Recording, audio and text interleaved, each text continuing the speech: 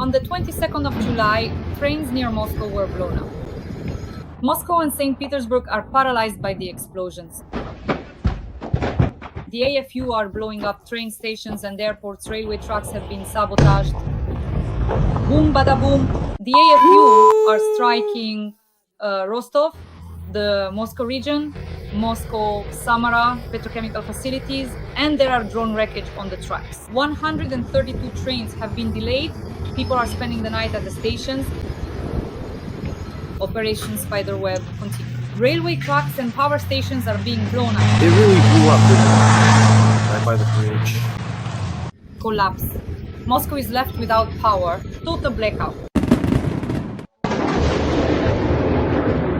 A carpet plan in the sky. Sheremetyevo is cancelling hundreds of flights. Domodedovo. Passengers are having meltdowns in St. Petersburg and Moscow. Chaos at the airports.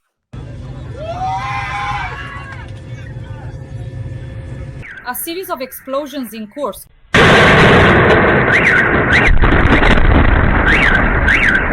A factory in St. Petersburg is burning brightly. Summer action. Breaking news, friends! A series of explosions in Moscow, St. Petersburg, the Moscow region, and other regions of Russia. The carpet plan has been implemented at Sheremetyevo, Vnukovo, and Domodedovo. There are large-scale evacuations there. These are the lines. Huge crowds of disgruntled Muscovites. Calm down. You calm down.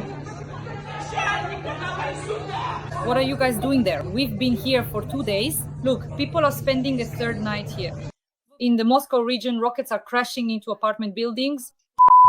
There's no pavement by the building. Something definitely hit there. Come on, right here with us. I live there. And something flew right into it. What do you mean the roof is on fire? Wait, the roof is on fire? Seriously?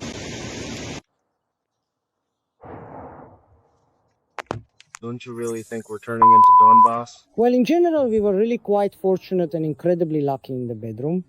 Because Moscow's air defense hit Moscow apartments. so that there would be a good curtain. The glass basically flew straight into it all at once. And in St. Petersburg and the regions nearby, military factories were attacked.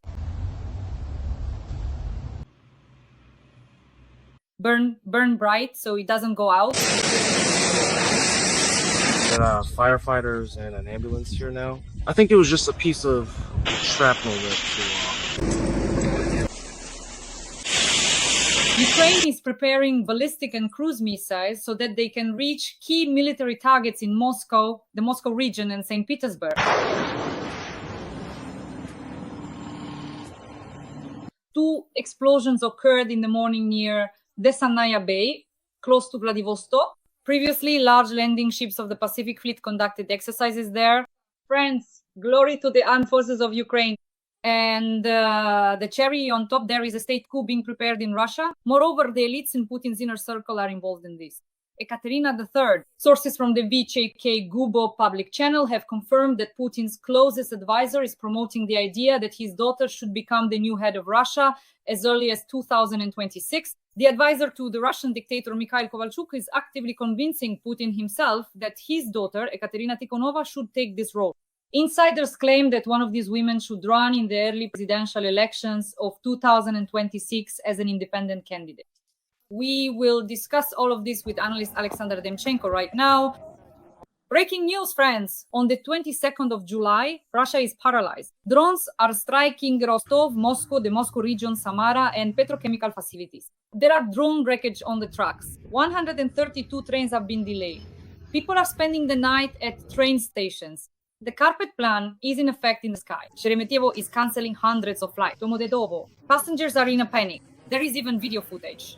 There is chaos at the airports in St. Petersburg and Moscow. There is panic in Istanbul. Flights are cancelled, luggage is lost. In the Moscow suburbs, elite residential areas are flooded. And in Moscow, the Yauza River has overflowed its banks. In general, Moscow is going underwater, just like it used to happen with St. Petersburg. And in Novorossiysk, oil tankers are exploding. The Kremlin is so afraid that Putin himself has ordered the FSB to inspect every vessel. What is this, a new phase of the war or a total collapse within Russia? We'll break it down together with top analyst Alexander Demchenko. Sasha, hello. Hello, Dasha. Hello, everyone. I've got some good news for you today. I suggest we start with the railways because we're hitting the railways, we're hitting the energy sector.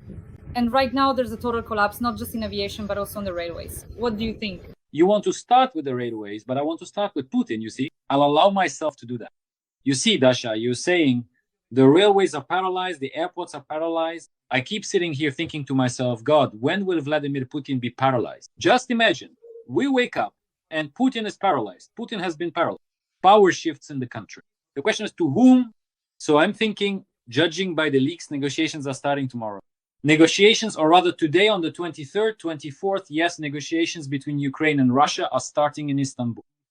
So to whom does the power transfer? The power goes to the daughter. It turns out Medinsky is either sleeping with her, or he's friends with her, or he's putting some ideas into her head. But it turns out that Vladimir Medinsky has become the closest associate of Ekaterina Tikhonova, Vladimir Putin's daughter. It turns out she's now also the main person in charge of ideology. We just couldn't figure out what exactly is Medinsky doing in this delegation in Istanbul. Why is he constantly leading it? Now it's clear why. Turns out the daughter put him there. I don't know what kind of relationship they have, romantic or not, but it's clear that this partnership will go far.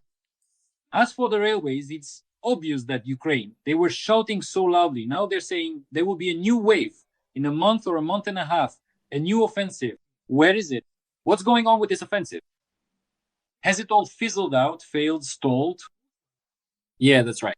They promised to take Sumy, Kherson, Zaporizhia. So where is it? And how did that go? So what? To reach the borders of Donetsk region? So where is it? And how did that go? And what happened? Why are there strikes on the railway? Let me explain. We're directly disrupting, Dasha. Every single day we'll keep disrupting, day after day, and harder and harder and harder. Every single day, we'll keep giving them a hard time. The offensive plans are being disrupted. The summer-autumn campaign is already falling apart, and groundwork is being laid to get Vladimir Putin to the negotiating table. Because if he doesn't get anything this year, either anything he intended to get, then they'll force him to sit at that negotiating table, and he'll sign a peace agreement, but it will just be a pause in the war and nothing more. But this is a fateful stage that's beginning.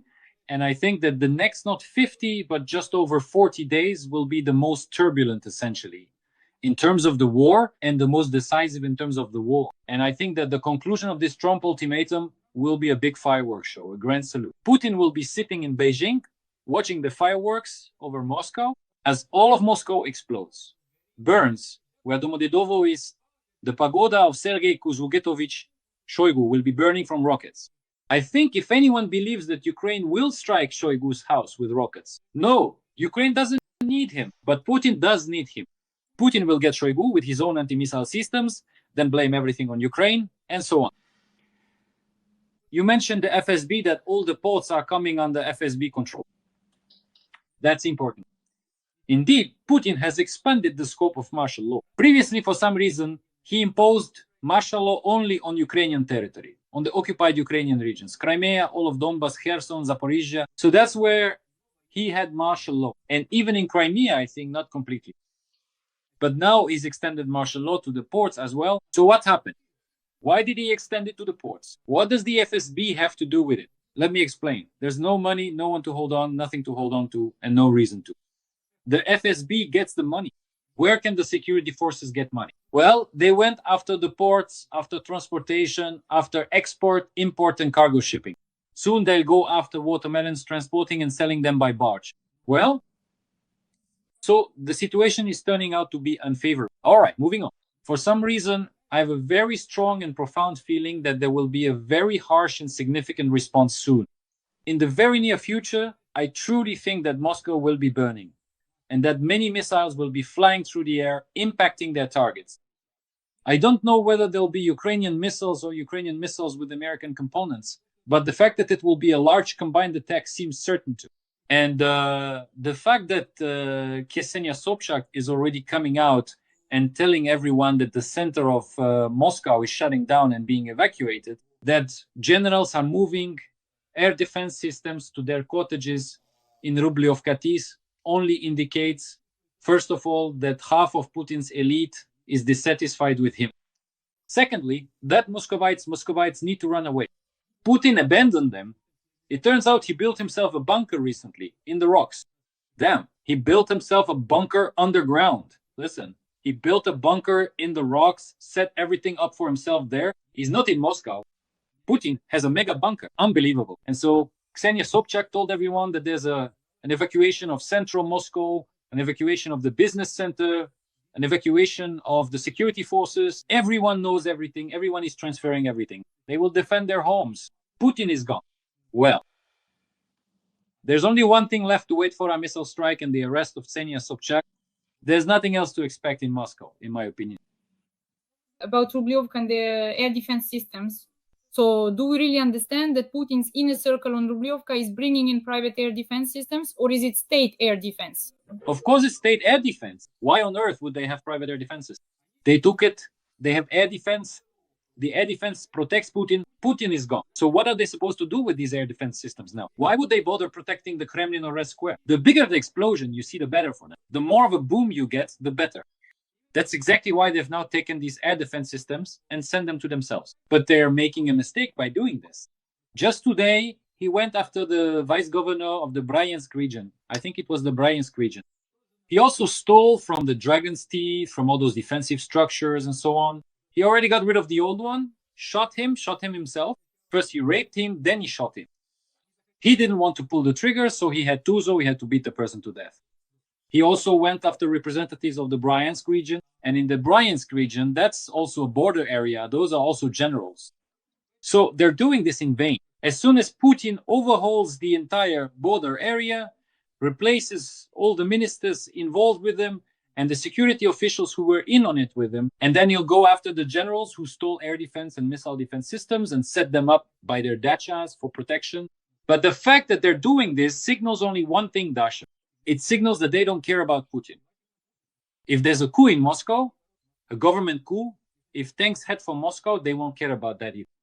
If, say, the collective mouthpiece of the Rothenberg brothers wants to take action, if Timchenko and the Rothenbergs decide to do something to overturn the chessboard in the Kremlin, to stage a coup and remove Putin and his Kovalchuks, no one will stand in their way. And the generals won't interfere. They'll only support it.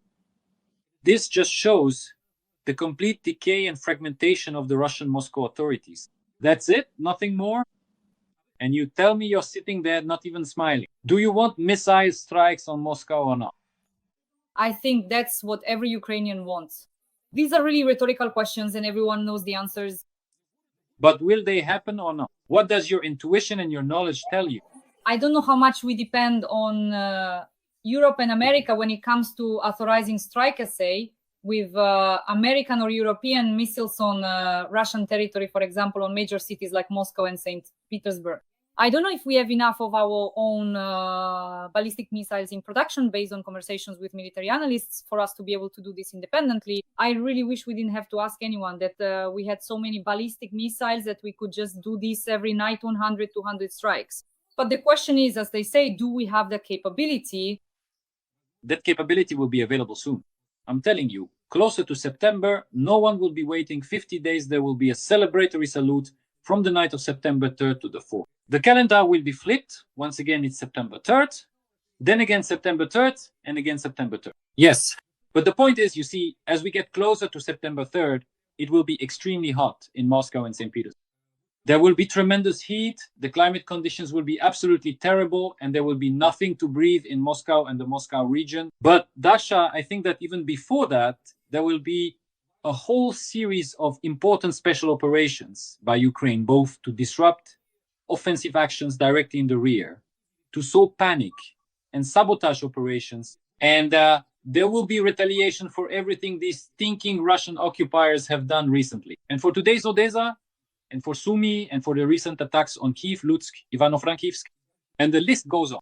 People were writing to me this morning. I was also doing a broadcast, and they asked, what about Kherson?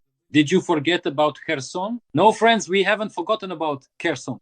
That's our beloved Kherson, and no one is going to take it. Ukraine has liberated it and will never give it up to anyone. Kherson is Ukrainian, and we have not forgotten. There will be payback for Kherson, and it will be very, very harsh. Yes, everyone is already writing that. By the way, Shoigu has disappeared somewhere. And the question is, where is Shoigu? You told me about this as well. In the morgue? Oh, Lord, I shouldn't have said that. In the morgue, you see, Dash? Well, obviously he disappeared. Of course, maybe he's not in the morgue, maybe everything's fine. But the point is, Dasha, he's scared, he's trembling. You don't even understand what's going on. Those people who were asking. Shoigu had an entire clan, a whole clan, the Ministry of Defense, the Ministry of Emergency Situations, entire regions like Tuva. Everything was under Shoigu's control. Absolutely everything, with multi-billion-dollar flows. And just like that, Shoigu is gone. Now they're taking the very last of them. His governor, his vice governors, his deputies. They're wiping out all the local deputies, the local government in the region, in his home region. And soon they will take his shamans, whom he led Putin to, and they will destroy all these shamans, cut off their heads or send them, like Shaman Gabishev, to a mental hospital. Dronov will take this shaman and send him there along with Mizulina. It's high time. Putin doesn't need them. But you see, Dasha, Shoigu has disappeared, vanished, he might show up, or maybe not. Maybe he went to China, maybe to North Korea. They say they're closing the most elite resort. There is the only one, the most elite resort they have in Pyongyang. They'll have to close it soon. Kim Jong-un has no money. He gave it all to the Russian Federation. Maybe Shoigu is already there, soaking his feet somewhere next to Kim Jong-un. It's safer for him there. Believe me, it's safer for him there than next to Putin. I'm telling you, if there's a missile attack, Putin will take advantage of idle fire his anti-missile right at Shoigu's pagoda, at Shoigu's house. There won't be any Shoigu left. That's it. Because things are going badly for him. He's been destroyed, he's been gutted, everyone around him has been eliminated, they've all been arrested, and some have probably disappeared, like his deputy Shvetsova, the woman who was in charge of finances and had ties to the tax authorities, and for a very long time was the Ministry of Defense's contact with the FSB on behalf of Shoigu. Where the hell is she? She outlived the former Minister of Defense, but partly outlived Shoigu, and then disappeared in an unknown direction. A man simply disappeared. Well, Timur Ivanov, and so on down the list. Salikov, how many of these people are there already? And then it goes and goes. And I think that Shoigu will of course be torn apart, and publicly. It will be a public execution. And he has only himself to blame for it. A man who could have outsmarted Putin, but instead of outplaying him, instead of taking power into his own hands, instead of strengthening his own position, instead of trying to change the situation in Russia, and he could have done it. Now he is left all alone in proud solitude. He says he feels cold and lonely. And the secretaries of the Security Council today, for example, Putin's friend Ponosova died, the head of an important court. Yes, the main court in Russia, the Supreme Court. So what? And Putin's Klasmatesha was 71. Putin is 72. Stalin was 73. So we are approaching that milestone. But Shoigu isn't young either, and I think they might arrange it so, as Professor Solovi said, the heart of an old warrior might not hold out. It might not hold out. Right now, strange things are happening in Russia. People are being thrown out of windows, and from their own apartments, people are committing suicide, shooting themselves, even though before that they were tortured, subjected to torture, and now Shoigu has disappeared too. Well, what do you expect from the negotiations in Istanbul? I don't expect anything. Medinsky will strip and put on a striptease show, a striptease for the poor in front of the Americans once again. Why is Putin doing this? For the poor, in quotes. Why is Putin doing this? He's trying to buy time. He's showing, look, I'm normal, I'm not crazy. See, I'm going to negotiation. Just please, no sanctions, no tariffs, don't touch China. Let's meet in Beijing, the three of us, you, me, and Xi. Let's talk on Tiananmen Square, where the communists killed a hell of a lot of people, crushed them with tanks. Let's meet, talk, settle Yalta, all that stuff. Trump and Melania don't need that. For this reason, Dasha, I think Trump won't go there, and Putin is just buying time. All this fuss right now is happening in Istanbul, and Zelensky has set the task of freeing prisoners of war and various detainees. Moreover, I think the issue of the children is still on the agenda. It's the main one, or at least one of the main ones. And of course, this is about the configuration of a future meeting between Zelensky and Putin. For now, that's not working for Putin. But Putin needs to buy time. But Putin doesn't have the opportunity to stall for time, because no one is going to fall for all these negotiations with Medinsky's dinner anymore. By the way, have you noticed that Kirill Dmitriev has disappeared? Well, what do you mean disappeared? He's not negotiating anymore. He writes tweets, appears somewhere on various Russian media platforms, but he's not really there. He's not a negotiator. He negotiated and negotiated, and now he's no longer needed. Investments are no longer of interest to the American side.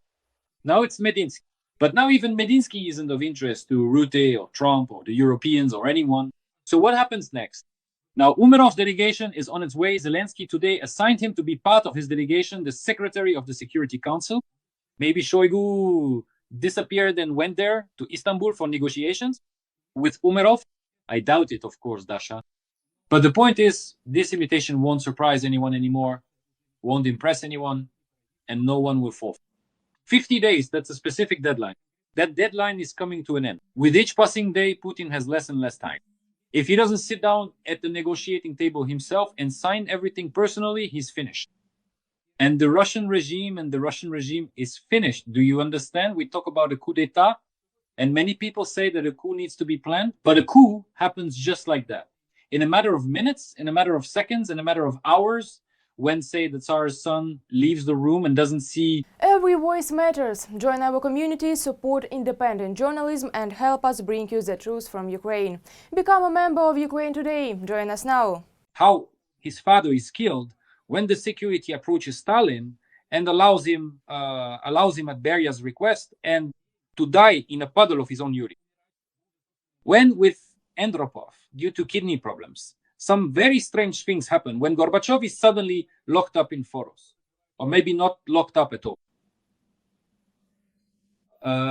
When Yeltsin, out of the blue, when no one expects it, says, "I'm tired, I'm leaving," or rather, not leaving. He just said, "I'm tired." But Dasha, it happens just like that, in a matter of seconds, in a matter of hours. So there's no need to think that some kind of coup needs to be planned. It will happen in Russia, because the way things are developing there now, the situation, everything is leading to this.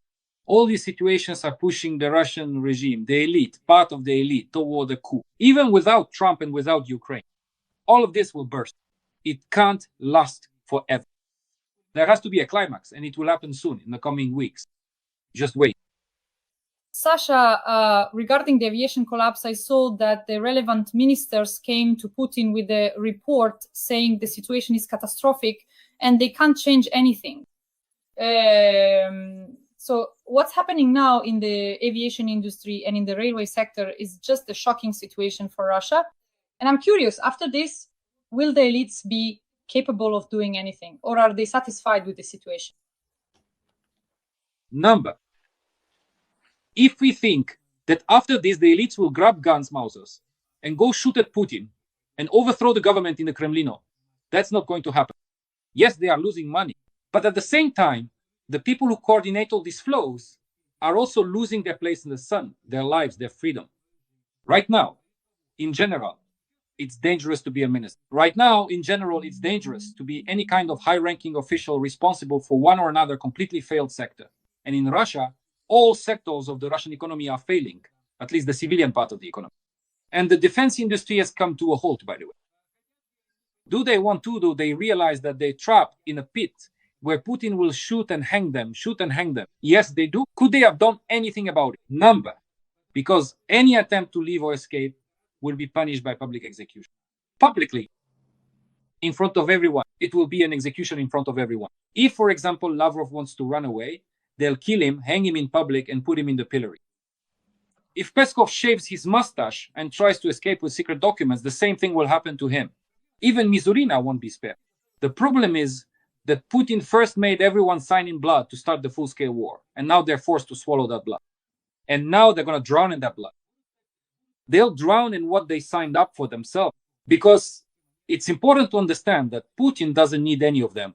The oligarchs he's already wiped out, the propagandists he's about to wipe out very soon, his own oligarchs, his wealthy associates, whom he's starting to erase, beginning with the Rotenbergs, his ministers, his deputies, whom he wants to replace with ordinary Russian occupiers who are completely brainless and won't make any decisions at all. He doesn't need the State Duma at all.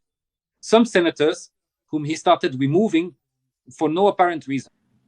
Governors and vice governors, like Lezin, like those who became governors and generals who profited during the border war. Everyone, all the masks are off. Do you understand? Putin has started a vendetta. Putin has started killing his own people. Now, the spirit of maniac, Ivan the Terrible, Stalin, all those tyrant shahs finally descended upon him. There is no other way forward. I don't envy them. All those people who supported the war, because now they will become victims of the regime they supported, nurtured and maintained all these long years. Is Putin sending the FSB to inspect ships in ports because he's afraid of attacks? Or why, after the tanker explosions, did Putin order the FSB to thoroughly inspect all ships in the ports? His level of fear is off the charts. The control is no longer just military but forceful, almost paranoid. What could be behind Putin's order to inspect every vessel? Is he afraid of sabotage, or does he simply no longer trust those closest to him, his inner circle, and their defense?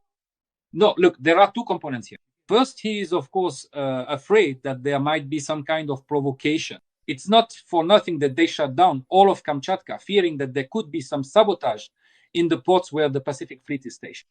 It's not for nothing that there have been massive, truly colossal in scale operations. Colossal in scale, special operations by Ukrainian forces and intelligence agencies on the territory of Dizantnaya Bay, where part of the Russian Federation's Pacific Fleet is also stationed. All of this has already happened. It is precisely for this reason that Vladimir Putin fully understands the need to inspect ships, to inspect cargo, to check what is being transported, and so on and so forth. In other words, he imposed martial law. This is important. He extended martial law. So essentially, we are gradually approaching the point where Vladimir Putin may extend martial law not only to these facilities, but, for example, to civilian airports, and then to Moscow, then to St. Petersburg. And even the so-called Patrikia Republic, within a republic, will be under martial law and will be sent to fight for free and rot in Ukrainian soil. Or not only in Ukrainian soil. After all, the plans are Napoleonic grand, large scale. But you see, Dasha, there's another aspect to this.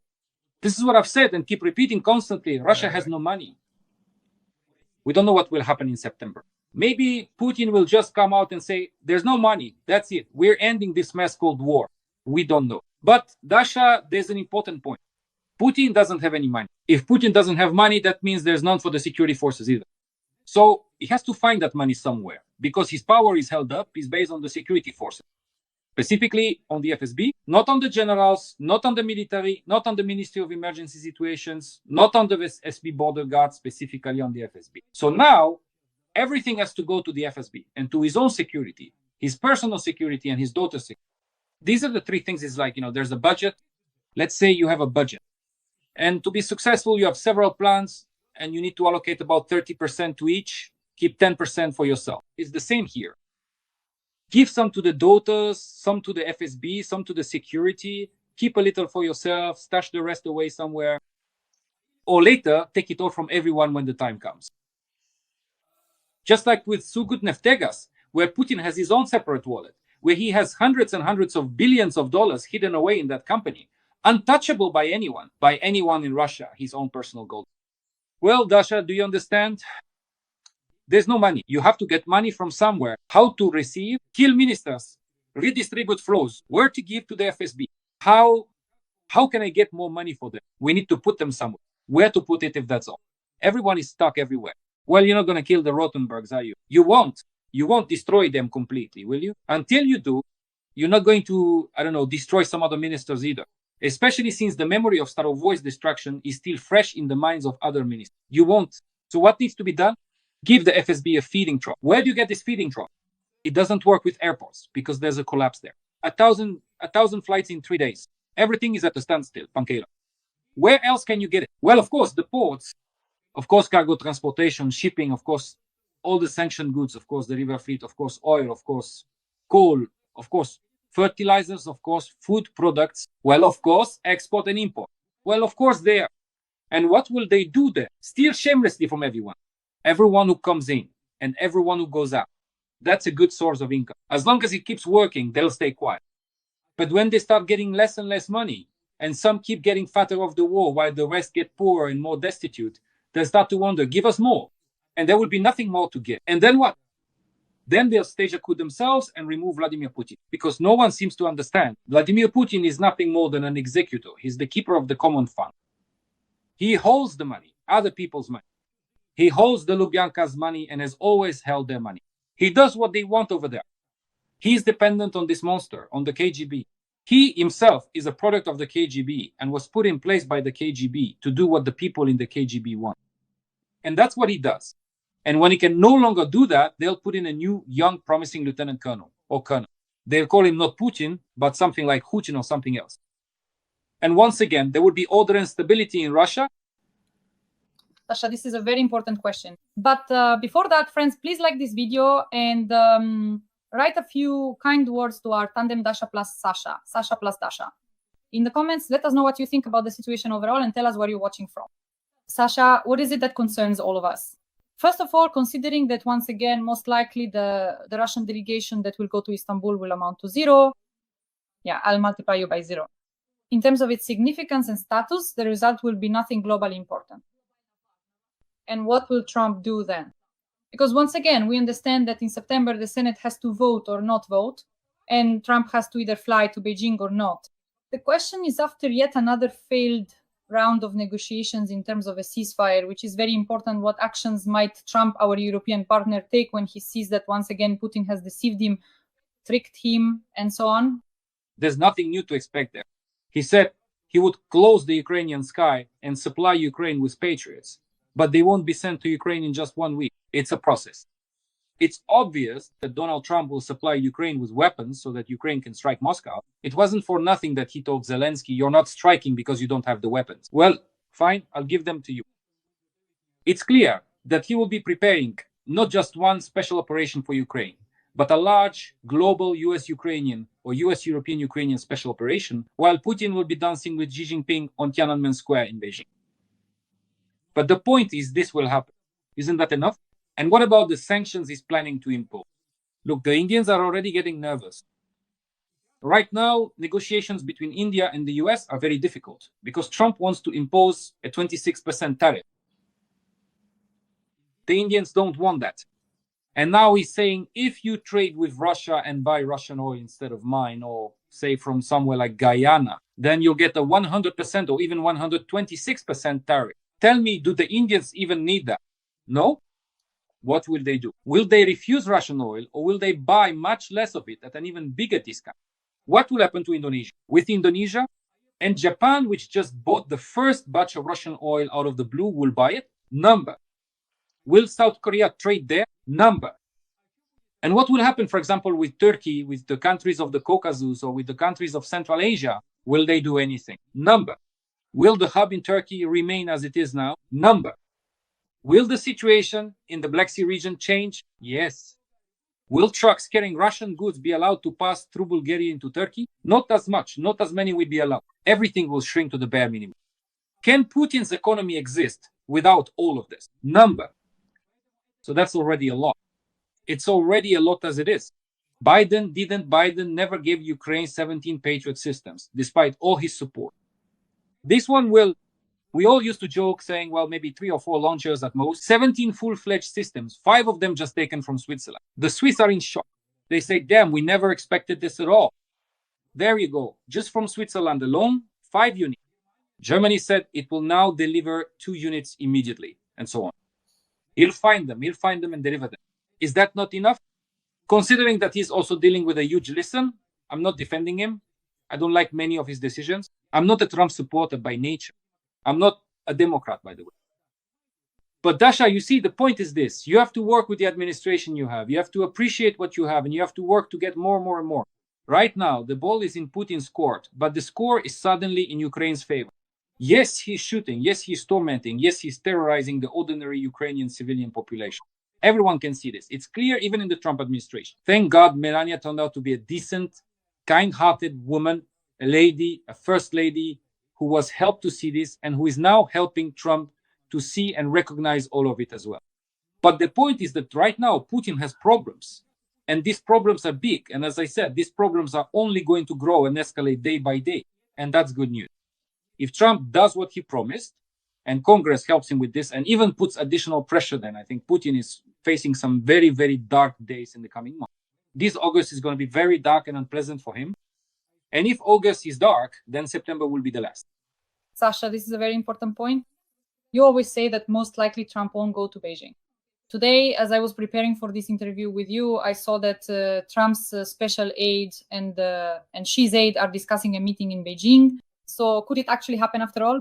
And what kind of signal would that send to the world? First of all, they're discussing a meeting at other events at the end of October, beginning of November. From the 30th to the 1st, from the 30th of October to the 1st of November, that's the first. Second, at one of the summits. And second, it doesn't necessarily have to be in Beijing. Second, there could be a separate meeting in Beijing, but without Putin. There are a huge number of issues that need to be resolved. He won't gather with the three of them there because he understands perfectly well that it is China orchestrating Russia's war against Ukraine, that the Taiwan issue needs to be resolved with China. The issue of global security as a whole needs to be resolved with China. The issue of Iran needs to be resolved with China. What does Russia have to do with it? Russia is making trouble, but is not the one running the show. Beijing has been running the show for a long time now. Here, Russia is subordinate and dependent, very dependent. In fact, let me remind you that the entire Russian Federation's piggy bank, the so-called National Wealth Fund, is in yuan. The money is in yuan, not in rubles, not in dollars, not in euros, but in yuan. Russia is completely dependent on China. China is behind all of this. And North Korea, the whole Korean story, the Korean peninsula, all of this, is directly connected to China and its decisions, to Xi's decision. And Trump will meet with him and discuss a whole range of issues negotiating about the global economy, fentanyl, Europe, security in the Middle East and Latin America, Africa, as well as Russia and Ukraine, the war, many things, Taiwan, and the Pacific region.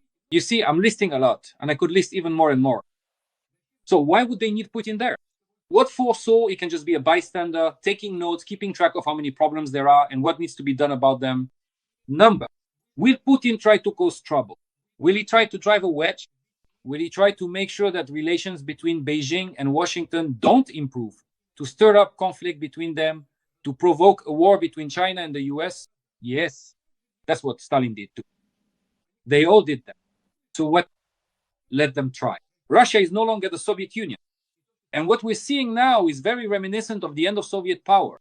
When the KGB, out of the blue, removed yet another leader, trying to seize power back for itself, to stage a so-called rematch with the old communists, and suddenly started organizing provocations, sabotage, bombings, resistance, and revolutions on the territory of the former Soviet republics. What is happening now, separately in Belarus, in Ukraine, separately in Kazakhstan, separately in Armenia, Georgia, and already in Azerbaijan, reminds me of what happened back then. Maybe everything we are seeing is actually not just a series of random events, but rather a single large-scale campaign to undermine Vladimir Putin's regime, to completely destroy it. I want many people to look at this situation now, from this point of view, from this perspective. To me, it seems very interesting and unusual. In any case, there is definitely something to think about. Sasha, I want to end our stream today with a statement from Senator Lindsey Graham, so you can comment on it. Putin, your time will come. Trump is going to kick your ass. On Fox News, the American politician reminded viewers that Donald Trump intends to impose tariffs on those who buy Russian oil, primarily China, India, and Brazil, which account for about 80% of exports. He added that Trump is tired of this game. If I were Putin, I would hurry up and sit down at the negotiating table, Graham emphasized. What do you think? I'd say that Graham probably really wants Putin to be gone. No one in the States is as happy about the prospect of the Putin regime collapsing. You see, Graham, in my opinion, is the one who most wants Putin to be gone 500%. 1,000% wants to push and squeeze until it's over. That's what old school Cold War era mentality means. You see, Dasha, I think Graham is right. I think Putin is going to get his ass kicked. I think China is going to betray Putin. I think Washington will make a deal with China, with Beijing, behind Moscow's back. I think for Putin, it will be a shock therapy, shock content, right? That's when he'll see how he was truly betrayed on the 3rd of September. He'll be sitting there, clapping on a poof in Jinping in Beijing, letting off some little dragons, covering Xi Jinping's wife with a blanket, as he so often likes to do. And in the end, he'll witness a major failure while being outside of Russia. Maybe he won't come back to Russia from China. Who knows? It's hard to say, but sometimes very bizarre and strange things happen in Russian history. Today there's power, tomorrow it's gone. It gets wiped out in 3 days. Maybe this time Graham is right, and everything in Russia will get wiped out once again in 3 days, along with Putin. And we'll all be happy that we made it through all of this. And once again, we witnessed the collapse of a stinking empire that could have lived normally, but will never live normally. Friends, our tandem is Sasha plus Dasha. Dasha plus Sasha comes out twice a week. We discuss the top topics and events. Support us with a like, a comment, and a subscription. In the comments, let us know where you're watching from and leave a few kind words to support our duo and the armed forces of Ukraine. Tell us what you think about the situation. Toponymist Alexander Devchenko. Sasha, thank you so much and see you this Sunday. Thank you, Dasha. See you next time. Bye.